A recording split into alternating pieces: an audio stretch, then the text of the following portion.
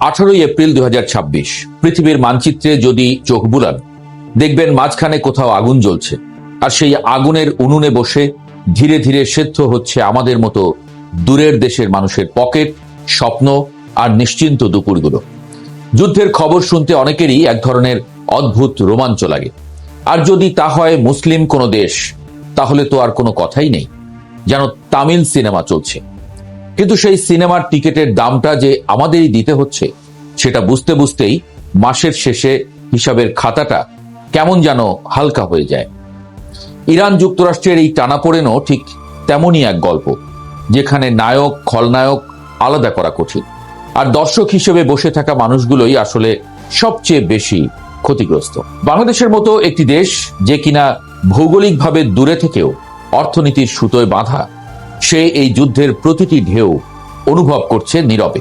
তেলের দাম বাড়ে, আমদানির খরচ বাড়ে, বাজারে চাল ডাল গ্যাসের হিসাব পাল্টে যায়, আর আমরা ভাবি এই যুদ্ধটা তো আমাদের না, তবুও কেন এর বোঝা আমাদের কাঁধে? মধ্যপ্রাচ্য এমন এক জায়গা যেখানে যুদ্ধ মানেই শুধু গোলাগুলি নয়, এর মানে জ্বালানির বাজারে অস্থিরতা, বাণিজ্যের রুটে বাধা, আর বিশ্ব অর্থনীতিতে অদৃশ্য এক ভূমিকম্প। বিশেষ করে হরমুজ প্রণালী, এই সরু জলপথটা যেন পুরো পৃথিবীর অর্থনীতির শ্বাসনালী। একে একবার বন্ধ করে দিলে দূরের দেশের মানুষের চুলায়ও আগুন কম জ্বলে। ইরান যখন কখনো এই প্রণালী খুলে দেয়, আবার কখনো বন্ধের ঘোষণা দেয়, তখন সেটা শুধু সামরিক কৌশল নয়, সেটা আসলে পুরো বিশ্বের সঙ্গে এক ধরনের স্নায়ুযুদ্ধ। এই অবস্থার মধ্যেই যখন শোনা গেল যুক্তরাষ্ট্র ও ইরান আবার আলোচনার টেবিলে বসতে যাচ্ছে, তাও আবার পাকিস্তানের রাজধানী ইসলামাবাদে, তখন যেন একটু স্বস্তির বাতাস বইল। মনে হলো দীর্ঘ অন্ধকারের পর হয়তো একটু আলো দেখা যাচ্ছে। পাকিস্তান এখানে এক অদ্ভুত ভূমিকায়, না পুরোপুরি মিত্র, না পুরোপুরি নিরপেক্ষ, বরং এক ধরনের কূটনৈতিক মধ্যস্থতাকারী, যে দুই পক্ষের মধ্যে বার্তা আদান প্রদান করে যাচ্ছে নিঃশব্দে। শোনা যাচ্ছে আগামী সোমবার দুই দেশের কারিগরি প্রতিনিধি দল আবার বসবে। তার আগে থেকেই চলছে প্রস্তুতি, চলছে পর্দার আড়ালের কথাবার্তা, যেন বড় কোনো নাটকের আগে মঞ্চ প্রস্তুত হচ্ছে, যেখানে এক ভুল সংলাপেই ভেঙে যেতে পারে পুরো দৃশ্য। তবে আশার কথা হলো, কেউই এখনো দরজা পুরোপুরি বন্ধ করেনি, বরং সবাই বুঝতে পারছে এই যুদ্ধ টেনে নিয়ে যাওয়ার মতো বিলাসিতা আর কারণেই। এই আলোচনার পেছনে যে ইতিহাস, সেটাও কম নাটকীয় নয়। 2015 সালের যে পারমাণবিক চুক্তি, সেটা করতে লেগেছিল 2 বছরের বেশি সময়। সেটা যখন ভেঙে গেল 2018 সালে, তখন থেকেই এই অবিশ্বাসের বীজ বপন হয়েছিল। এরপর থেকে দুই পক্ষের মধ্যে দূরত্ব শুধু বেড়েই গেছে। এখন সেই দূরত্ব মাপতে গেলে দেখা যায়, এক পাশে যুক্তরাষ্ট্রের 15 দফা প্রস্তাব, অন্য পাশে ইরানের 10 দফা পাল্টা প্রস্তাব, যেন দুই তীরের মাঝে দাঁড়িয়ে থাকা এক নদী, যার উপর এখন কোনো সেতু তৈরি হয়নি। তবুও মানুষ আশাবাদী, কারণ ইতিহাস বলে যত বড় সংঘাতই হোক, শেষ পর্যন্ত মানুষ টেবিলে বসেই সমাধান খোঁজে। এখানে আলোচনার মূল বিষয়গুলো কম জটিল নয়। ইরানের ইউরেনিয়াম সমৃদ্ধকরণ, যা তারা নিজেদের অধিকার বলে দাবি করে, সেটাকে সীমার মধ্যে রাখা, আন্তর্জাতিক তত্ত্বাবধানে আনা এবং নিশ্চিত করা যে এটি কখনো অস্ত্রে পরিণত হবে না। এই সব কিছু নিয়েই মূল দ্বন্দ্ব। অন্যদিকে যুক্তরাষ্ট্রের নিষেধাজ্ঞা, যা ইরানের অর্থনীতিকে চেপে ধরেছে, সেটা তুলে নেওয়ার প্রশ্ন সমান গুরুত্বপূর্ণ। ইরান চায় তাদের জব্দ করা সম্পদ মুক্ত হোক, আর যুক্তরাষ্ট্র চায় নিরাপত্তার নিশ্চয়তা। এই দড়ি টানাটানির মাঝখানে দাঁড়িয়ে আছে পুরো বিশ্ব। আরেকটি বড় প্রশ্ন হলো হরমুজ প্রণালী। এই পথ দিয়ে প্রতিদিন যে পরিমাণ তেল ও পণ্য বিশ্ববাজারে যায়, তা থেমে গেলে তার প্রভাব সরাসরি এসে পড়ে বাংলাদেশের মতো দেশের বাজারেও। এখন যে প্রস্তাব এসেছে প্রতি জাহাজে টোল বসানো, তা শুনতে অর্থনৈতিক সমাধান মনে হলেও এর পেছনে রয়েছে রাজনৈতিক হিসাব নিকাশ। এই টোল দিয়ে যুদ্ধোত্তর পুনর্গঠনের খরচ মেটানোর কথা বলা হচ্ছে, আবার একই সঙ্গে আন্তর্জাতিক নিয়ন্ত্রণের কথাও উঠছে। এই পুরো পরিস্থিতিতে একটা বিষয় স্পষ্ট, এই যুদ্ধ কারো একার নয়। এর প্রভাব যেমন আমেরিকার রাজনীতিতে পড়ে, তেমনি ইরানের অভ্যন্তরীণ স্থিতিশীলতায়, আবার বাংলাদেশের সাধারণ মানুষের দৈনন্দিন জীবনে। আমরা হয়তো যুদ্ধক্ষেত্রে নেই, কিন্তু যুদ্ধের হিসাবের খাতায় আমাদের নাম ঠিকই লেখা আছে। তাই যখন শোনা যায় হয়তো কোনো চুক্তি হতে পারে, হয়তো বড় নেতারা ইসলামাবাদে এসে সই করবেন, তখন সেটা শুধু কূটনৈতিক খবর থাকে না, সেটা হয়ে ওঠে আমাদের নিজেদের জীবনের খবর।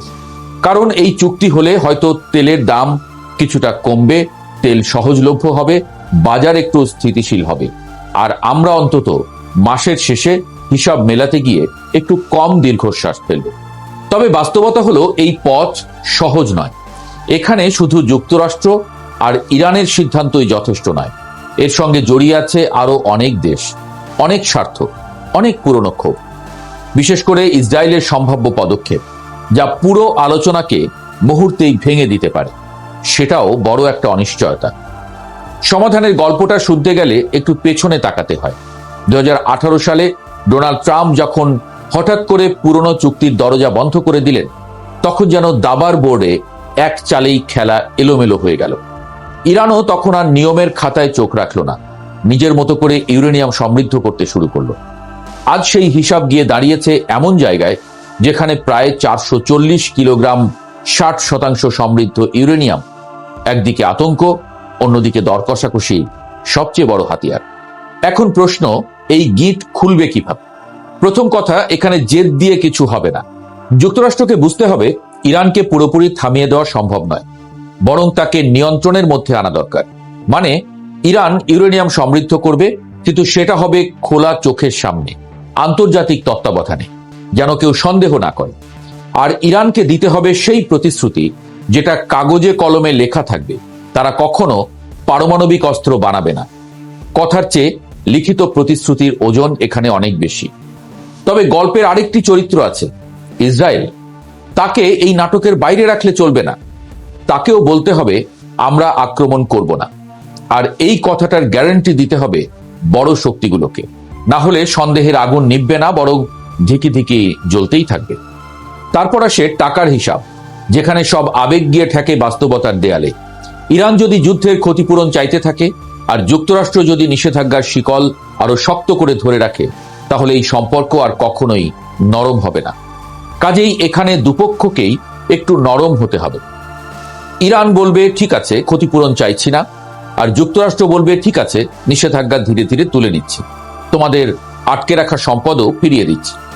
এই দেওয়া নেওয়ার মাঝেই আসলে সম্পর্কের বরফ গলতে শুরু করবে। এরপর যে জায়গাটা সবচেয়ে বেশি স্পর্শকাতর, সেটা হলো হরমুজ প্রণালী। এই সরু জলপথটা যেন পুরো পৃথিবীর অর্থনীতির শিরা। এটাকে খোলা রাখতে হবে, কিন্তু এমন ভাবে যাতে সবাই লাভবান হয়। তাই টোলের ধারণাটা এসেছে, প্রতি জাহাজ থেকে নির্দিষ্ট অর্থ নেওয়া হবে, সেই টাকা দিয়ে যুদ্ধের ক্ষতি মেরামত করা হবে। তবে এই ব্যবস্থা যেন চিরস্থায়ী না হয়, সেটাও ঠিক রাখতে হবে। একসময় ক্ষতি পুষিয়ে গেলে টোল তুলে নিতে হবে, না হলে সেটাই আবার নতুন সমস্যা হয়ে দাঁড়াবে। সবশেষে দরকার এক টুকরো বিশ্বাসের কাগজ, একটি আনুষ্ঠানিক অনাক্রমণ চুক্তি, যেখানে যুক্তরাষ্ট্র আর ইরান একসঙ্গে বসে বলবে আমরা আর একে অপরের দিকে অস্ত্র তুলব না। এই চুক্তি শুধু দুই দেশের মধ্যে সীমাবদ্ধ থাকলে চলবে না, আন্তর্জাতিক স্বীকৃতি পেতে হবে, যাতে ভাঙতে গেলেই বিশ্ব চোখ রাঙায়। এমনকি উপসাগরীয় দেশগুলোকেও এই ছাতার নিচে আনা গেলে পুরো অঞ্চলটাই একটু শান্তির নিঃশ্বাস ফেলতে পারবে। তবে এসবই কাগজে কলমে সুন্দর শোনায়, বাস্তবে কাজটা কঠিন, কারণ এখানে শুধু রাজনীতি নয়, অহংকারও কাজ করে। তাই এই সমাধানের জন্য দরকার তিনটি জিনিস: দুপক্ষের সমান ছাড়, সময় নেওয়ার ধৈর্য, আর সবচেয়ে বড় কথা, বাইরে থেকে কোনো নতুন আগুন যেন এসে না লাগে। কারণ একটিমাত্র ভুল পদক্ষেপ, বিশেষ করে হঠাৎ কোনো হামলা, পুরো আলোচনাকে মুহূর্তে ধ্বংস করে দিতে পারে।